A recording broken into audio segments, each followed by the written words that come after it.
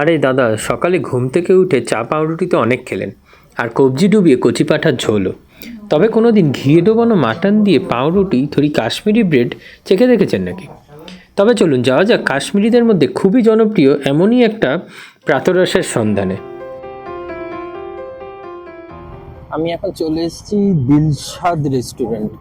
Dilshad restaurant হচ্ছে একটা এখানকার লোকাল ডিশ পাওয়া যায়, যেটা হচ্ছে হারিসা। হারিসা কি? হারিসা হচ্ছে গিয়ে মাটনের যেটা হালিম বেসিক্যালি, বাট এটা এখানকার হচ্ছে ব্রেকফাস্ট। আমি জানি না কেন। এই হচ্ছে গিয়ে এখানকার লোকাল মার্কেট এরিয়া। এখান দিয়ে আমি যদি যাই, এটা হচ্ছে লাল চকের কাছে আইডিয়ালি জায়গাটা। তো এই হচ্ছে গিয়ে দিলশাদ রেস্টুরেন্টটা প্রচন্ড, মানে এখানকার লোকাল মানে পুরো ভেতরটা ভর্তি। ভেতরে অনেক ভিডিও তোলার রেস্ট্রিকশন আছে, তা যতটা পসিবল হয় আমি দেখাচ্ছি।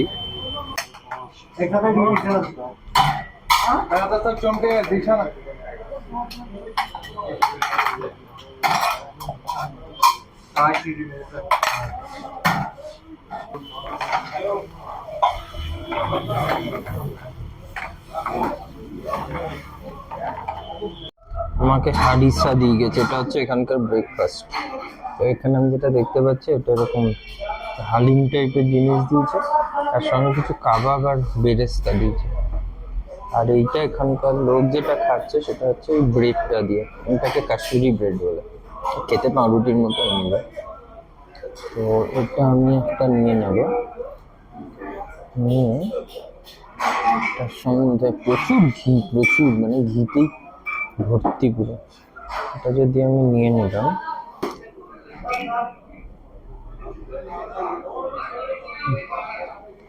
ভালো হবো। আমি মাটনের সেরকম টেস্ট পাচ্ছি না, অলমোস্ট পুরোটা ঘিয়েরই টেস্ট।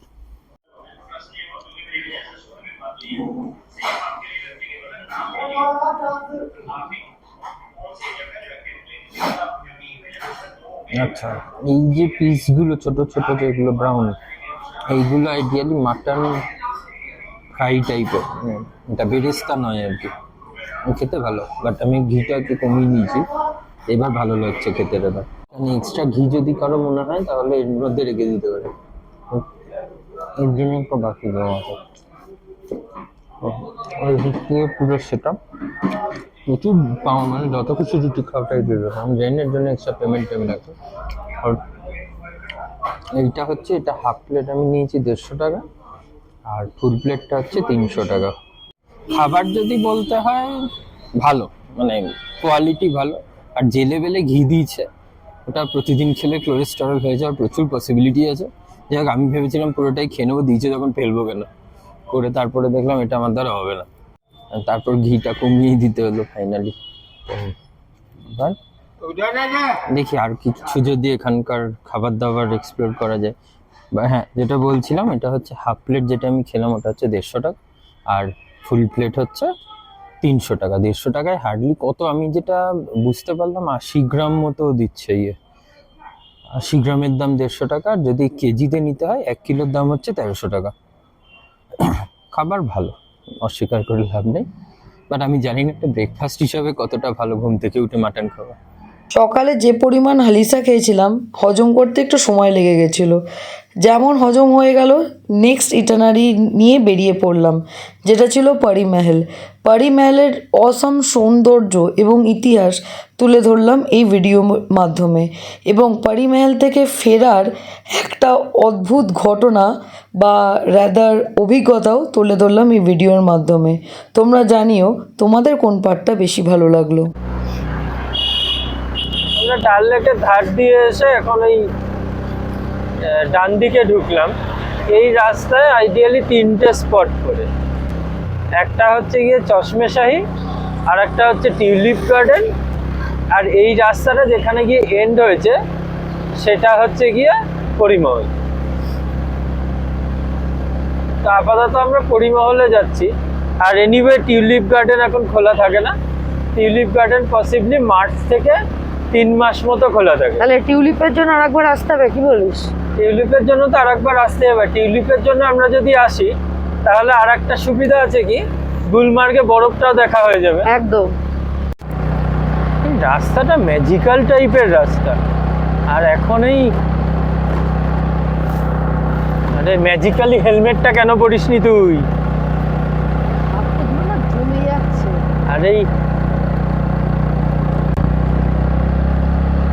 পাতাগুলো একটা ইয়েলোইশ কালার নিয়ে নিচ্ছে, এগুলো সামনে থেকে খুব একটা ইয়ে লাগছে না, বাট দূর থেকে যখন দেখা যাচ্ছে একটা গ্রিন আর ইয়েলোর যে মিক্সচারটা আসছে সেটা অপূর্ব লাগছে। ওটা আমার হাতটাকে জমিয়ে দিচ্ছে। আমরা পাহাড়ে ওঠার চেষ্টা করছি আসলে।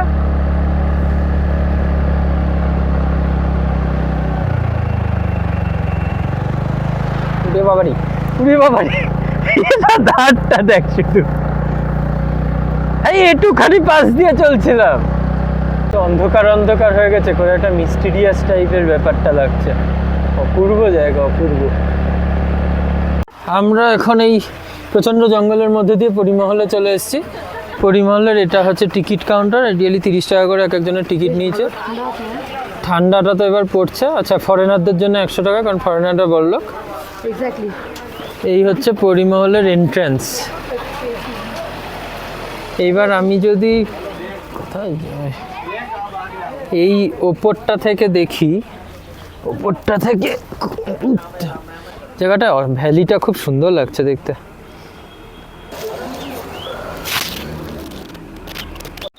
এটা আমাদের ডিউটি সত্যি হওয়া উচিত, জায়গাটাকে ক্লিন রাখা। ক্লিন রাখার খুবই ডিউটি, কিন্তু তার তলায় অনেক ডাস্টবিন দেওয়া, কিন্তু লোকের মাটিতেই নোংরা ফেলে দেয়, কারণ মাটিতে বাই ডিফল্ট ডাস্টবিন মনে করে সবাই। যাই হোক, ভেতরে ঢোকা যাক এবার। হ্যাঁ,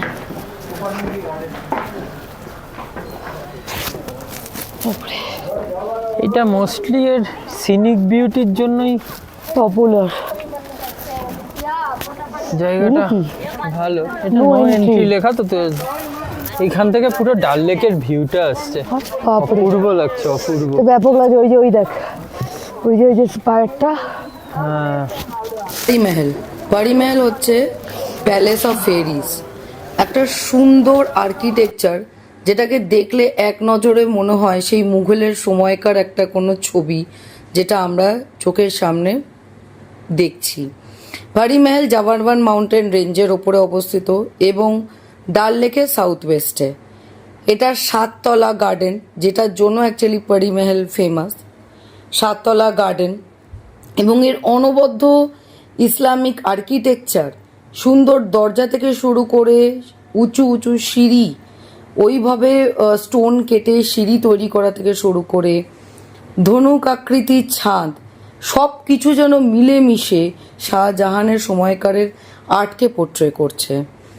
ও মাই গড, এখানে আরেকটা রাস্তা আছে।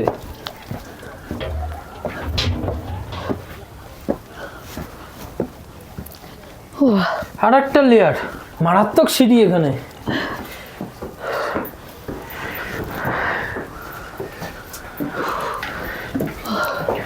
পুরো ট্রেকিংটা কমপ্লিট হয়ে যাচ্ছে।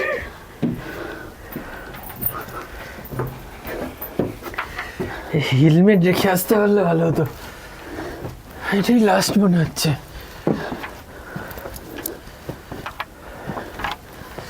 পরি মহল তৈরি হয় দারা শিকোর দ্বারা, যিনি সম্রাট শাহজাহানের এল্ডেস্ট পুত্র ছিলেন। মিড 1600-এ তৈরি করা হয় এবং এটা মেনলি তৈরি করা হয়েছিল ওনার বাসস্থান এবং লাইব্রেরি হিসাবে। বাট পরি মহলের উচ্চতা এতটাই ছিল, সেই উচ্চতার পার্সপেক্টিভে এটা কিন্তু একটা অবজারভেটরি হিসাবেও ব্যবহার করা হয়েছিল সেই সময়, ফর অ্যাস্ট্রোলজি এবং অ্যাস্ট্রোনমির জন্য। এবং পরি মহলকে একটা কথা না বললেই নয়, এটা দেখলে মনে হয় পুরো শ্রীনগরকে যেন উনি শত্রুদের হাত থেকে উনি গার্ড করছেন। এটা কি বিভৎস লাগছে। এইটা হচ্ছে নেকলেস লাইন টাইপের লাগছে, হ্যাঁ, এখান কি থেকে অতটা। বিভৎস লাগছে। ওই পাশটাও খুব সুন্দর লাগছে, পুরো ডাল লেকটা ধার ধরে যে রাস্তাটা দিয়ে দেখা যাচ্ছে।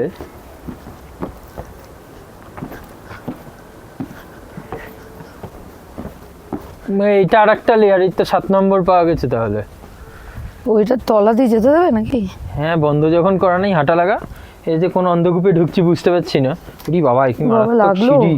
এইগুলো দেখ, ওগুলো কাঁটা তো, ওখানে হাত হ্যাঁ। দিয়েছিস? আমি ধরার জন্য দিয়েছি। যাওয়া যাবে তো আদৌ? চ দেখা যাক। এটা একটু বেশি অন্ধকার, বেশি কি আমি লাইটটা জ্বালিয়ে নিই বরঞ্চ। একটু দেখা যাচ্ছে, তাও কিছুই বোঝা যাচ্ছে না। এনিওয়ে, বাবা, কি ভুতুরে জায়গা। শাহজাহানের ভূত আসবে না তো? আরে শাহজাহানের বড় ছেলে, আচ্ছা, শাহজাহানের বড় ছেলের ভূত আসবে না তো? এক্সপেক্টেড না, আমরা একটু আপ্লুত হব না? আর একটা এই পাশে কি আবার? ওই পাশে কি? আরো সিঁড়ি? না ভাই, আর যাওয়ার বয়সা হচ্ছে না। ওই দেখ, এই দেখ।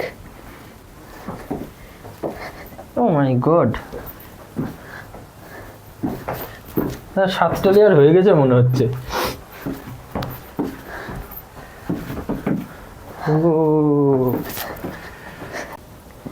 এইটা হচ্ছে আমার মনে হয় থাকা ফাঁকার জায়গা কিছু একটা হবে, কারণ একটু তাও থাকার জায়গা টাইপের লাগছে। বাট এটা ফাঁক ফাঁক করা কেন?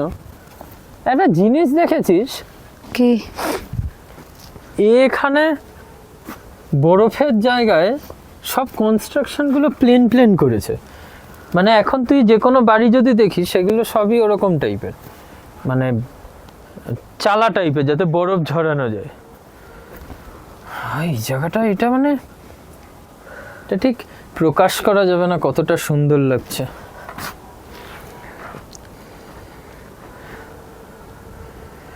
অনবদ্য লাগছে। এদিকে এইটা মোস্ট প্রবাবলি শঙ্করাচার্যের মন্দির, টাওয়ার যেটা আসছে ওইটা।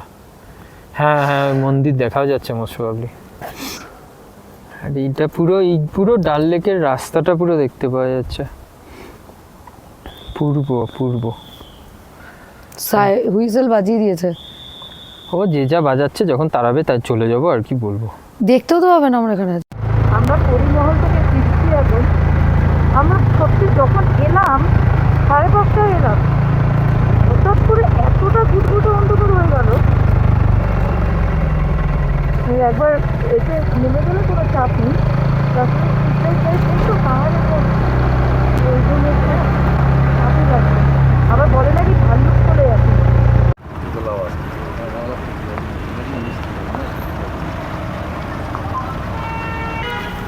কাবাব দিয়েছে 60 টাকা দাম নিয়েছে।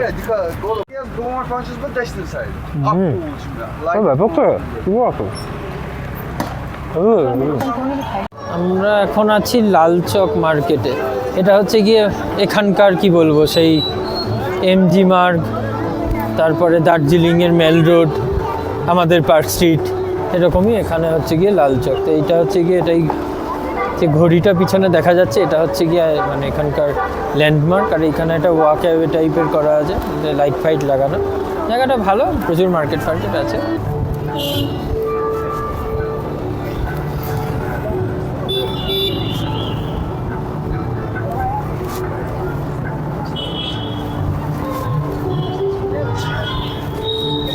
চারদিকেই প্রচুর দোকান। নাম ধাম কিছু মনে আছে কি?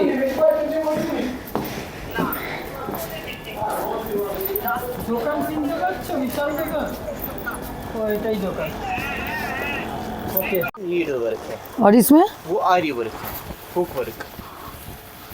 ये हो हुक गया वर्क। आरी वर्क, ये हो गया नीडल वर्क, सुई वर्क। अच्छा, और इससे ऊपर? इससे ऊपर 1500, वो सेमी पश्मीना में आएगा, लाइट वेट। पश्मीना 1500 वाला दिख। सेमी पश्मीना और पश्मीना और भी महंगा होता है। 10,500 का प्लेन। एक बार दिखाना तो, एक देखना है हाँ, मेरे वो को। आपको वो एक बार देखना है। कोई बात नहीं, आपको बाद में दिखाता हूँ। गाना ने और कालो হ্যাঁ, আমার তো কালো কালোই পছন্দ। एक रेडिश दिखाओ, ऐसा नहीं।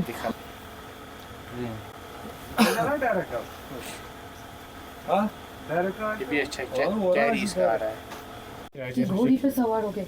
ये लड़की लोग पहनते हैं ना ये। लड़कियों का ये ना, जेंट्स नहीं पहनते हैं ना ये।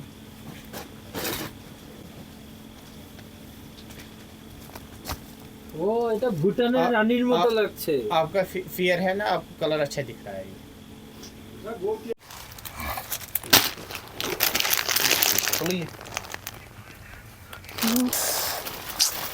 আরে কেমন লাগছে 10,000 টাকা বিল দিলে?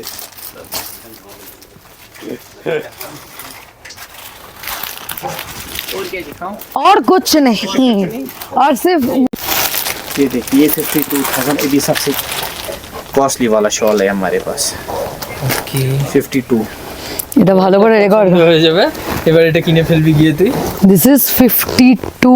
ये बेस देखो इसका, ये हो गया 100% प्योर पश्मीना के ऊपर। This is 52,000। 52,000। इसमें ये एंटिक डिजाइन है, ये ना बर्ड्स बने हुए हैं, okay full work hand work. Pashmina मतलब कहाँ से मिलता कहाँ? पश्मीना गोट है, एक अलग स्पीशी का गोट होता है वो, पश्मीना गोट मतलब ऊल जो होता है वो नॉर्मल वूल नहीं है, हाँ। वो अलग स्पीशी का गोट होता है, उसी के वूल से बनता है, वो पश्मीना गोट है बहुत, और वो बहुत रेयर है, बहुत कम है, ओके ओके और वो लद्दाख में पाला जाता है, ग्लेशियर्स में। अच्छा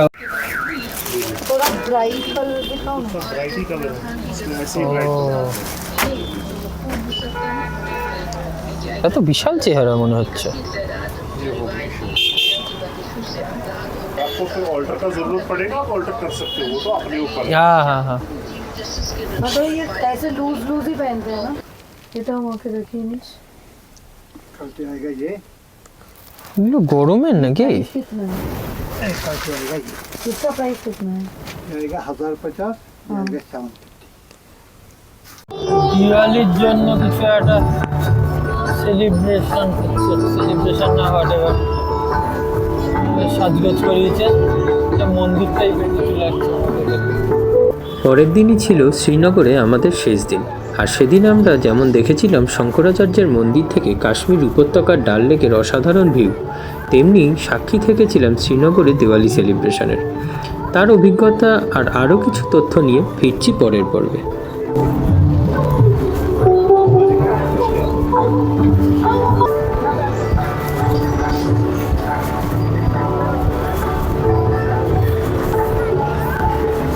মারাত্মক শপিংটা দেখা, মারাত্মক শপিং, মারাত্মক শপিং, যে মারাত্মক শপিং, এমন shopping এমন শপিং নিয়ে যাব কি করে এবার বুঝতে পারছি না, আরও নিচ্ছি, নিয়েই চলেছি।